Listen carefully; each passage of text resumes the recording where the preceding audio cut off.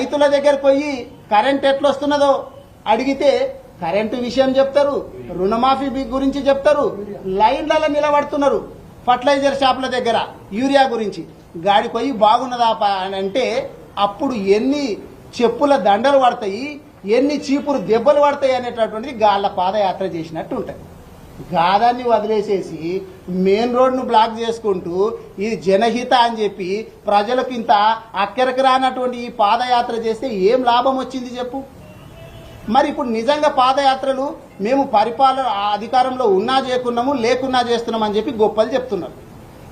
మరి మీ రాహుల్ గాంధీ గారు కావచ్చు, లేకపోతే రాజశేఖర్ రెడ్డి గారు కావచ్చు, వీళ్ళందరూ, లేకపోతే బట్టి గారు కావచ్చు, రేవంత్ రెడ్డి గారు కావచ్చు, ఇప్పటి వరకు చేసినటువంటి ఏ యాత్ర కూడా అధికారంలో ఉన్నప్పుడు చెయ్యలేరు. మరి రాహుల్ గాంధీ గారు అదే భారత్ జోడో యాత్ర 2004 నుంచి 2009 వరకు చేశారు. 14